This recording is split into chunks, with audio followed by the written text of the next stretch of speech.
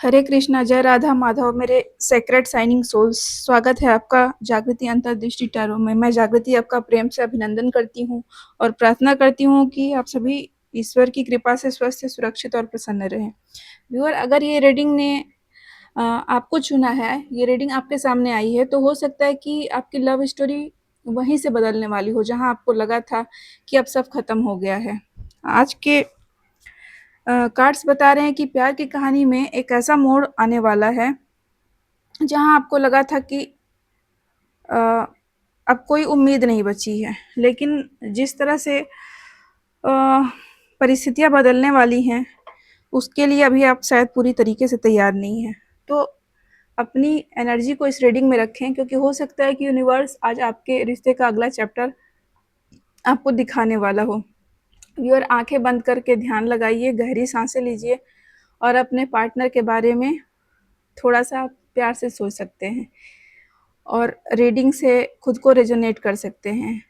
वैसे ये general reading है, जितना आपसे रेजोनेट करे गाइडेंस के तौर पर ले, बाकी को छोड़ दें। और ये मेल फीमेल दोनों के लिए है। तो चलिए रीडिंग की ओर आगे बढ़ते हैं।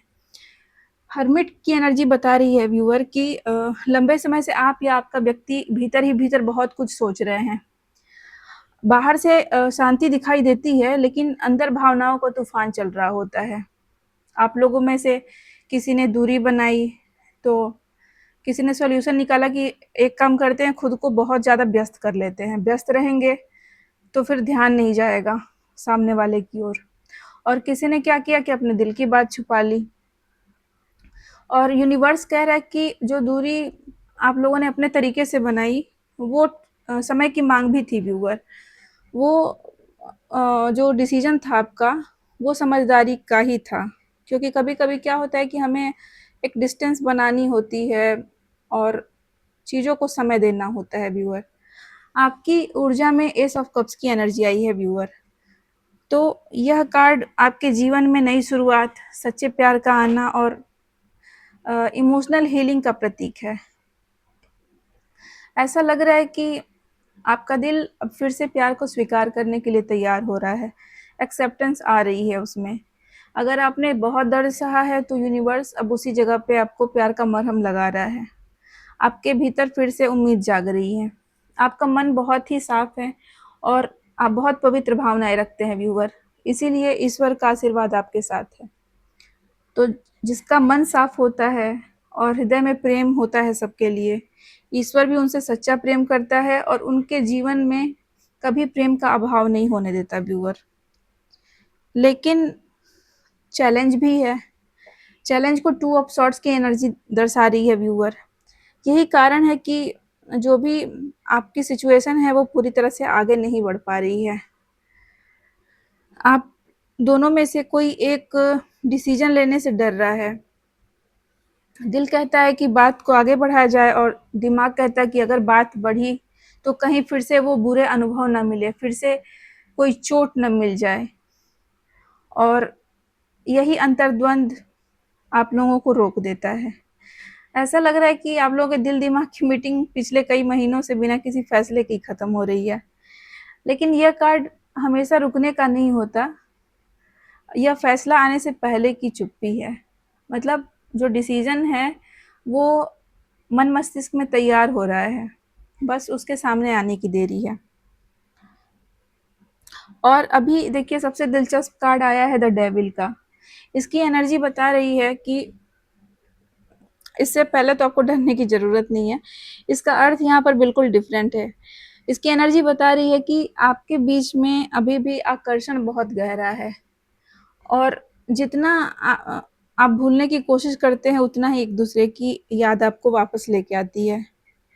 यह आप लोगों के लिए ऑब्सेशन भी हो सकता है। ऑब्सेशन मतलब एक दूसरे के साथ का, एक दूसरे से अटैचमेंट का, और स्ट्रॉन्ग केमिस्ट्री भी हो सकती है और एक अनफिनिश्ड कनेक्शन भी है।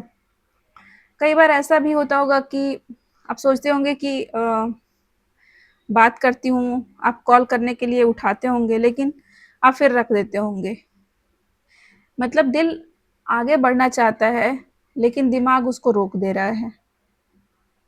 और दिल बार-बार आगे बढ़ने की कोशिश करता है, क्योंकि ऑब्सेशन है एक दूसरे के साथ, गहरा अट्रैक्शन है आप दोनों के बीच में। आपके व्यक्ति की एनर्जी में क्वीन ऑफ कप्स का कार्ड आया है व्यूअर।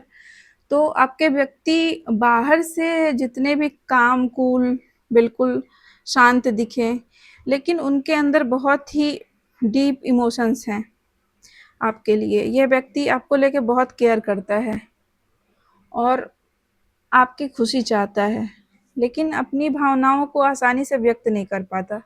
ये सबसे बड़ी कमी हो जा रही है इनकी। इनके दिल में तो बहुत ही प्यार है, लेकिन शब्दों को ये बिल्कुल अंकुश लगा के रखते हैं। शब्द बिल्कुल ही इनके कब्जे में रहते हैं। अगर शब्दों को ये आज़ाद कर दे तो बात बहुत अच्छी हो जाएगी आप लोगों के बीच में। अब देखते हैं कि क्या इम्प्रूव हो सकता है इस रिश्ते में। इसके लिए टेम्परेंस की एनर्जी बता रही है कि अभी हीलिंग का समय है आप लोगों के रिश्ते में, और यह यूनिवर्स का हीलिंग कार्ड भी है। अगर रिश्ते में ईगो कम हो जाए और एक जल्दबाजी छोड़ दी जाए, पैनिक होकर डिसीजन लेना छोटी-छोटी बातों में छोड़ दिया जाए, एक दूसरे के बातों को ध्यान से सुना जाए, समझा जाए, बैलेंस बना करके चला जाए, सेम पेज पे रहा जाए, तो रिश्ते में फिर से बैलेंस आ सकता है व्यूअर। यूनिवर्स भी आपको गाइड कर रहा है कि रिश्ते को आप फोर्स मत करिए, बल्कि समय के साथ इसे चलने दीजिए। जो रिश्ते समय के साथ धीरे-धीरे आगे बढ़ते हैं, वो दूर तक जाते हैं, और ज़बरदस्ती से हम रिश्तों को अच्छा नहीं कर सकते हैं, ना ये ज़बरदस्ती के रिश्ते ज़्यादा समय तक टिक पाते हैं। आउटकम में 7 ऑफ कप्स की एनर्जी है, और इसका अर्थ है कि आने वाले समय में कई संभावनाएँ दिखेंगी आपको, खुलेंगी।